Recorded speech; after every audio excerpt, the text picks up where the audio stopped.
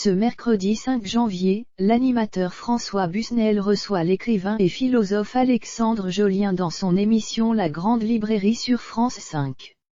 À 46 ans, ce dernier souffre d'une infirmité motrice cérébrale. Il a eu l'occasion de l'évoquer avec une grande franchise, auteur d'environ une dizaine d'ouvrages et auréolé, notamment, du prix Mottard décerné par l'Académie française. Le romancier suisse Alexandre Jolien peut se targuer de réussir dans la vie. Et pourtant ce n'était pas gagné d'avance, lui qui souffre d'une infirmité motrice cérébrale d'une transparence totale et touchante sur son handicap. Alexandre Jolien relate notamment la cause sur son site officiel.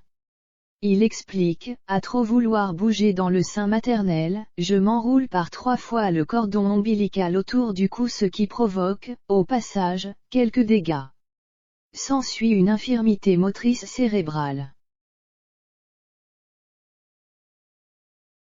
Résultat de cette malchance, de 3 à 20 ans, je vis dans une institution spécialisée pour personnes handicapées, ajoute-t-il, lui qui a grandi à Sierre, en Suisse. Plutôt que de se laisser abattre, il grandira avec une volonté de faire, de réussir, notamment par le biais de belles études. C'est ce qui l'amène à obtenir une licence en lettres de l'Université de Fribourg puis une maîtrise en philosophie. Il a aussi étudié le grec ancien au Trinity College de Dublin.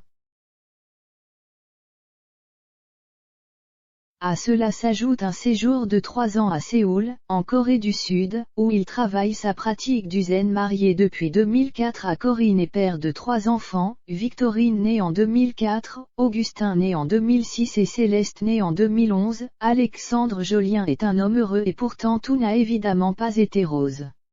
Il le reconnaît volontiers. C'est une force qui nécessite un combat quotidien. Elle doit être entretenue comme une flamme qui est à la merci du moindre souffle. Rien ne me prédestinait à sortir de mon institut spécialisé sinon mes parents et mes amis. Lorsque l'on a eu une confiance fondatrice, l'espoir devient un instinct de vie.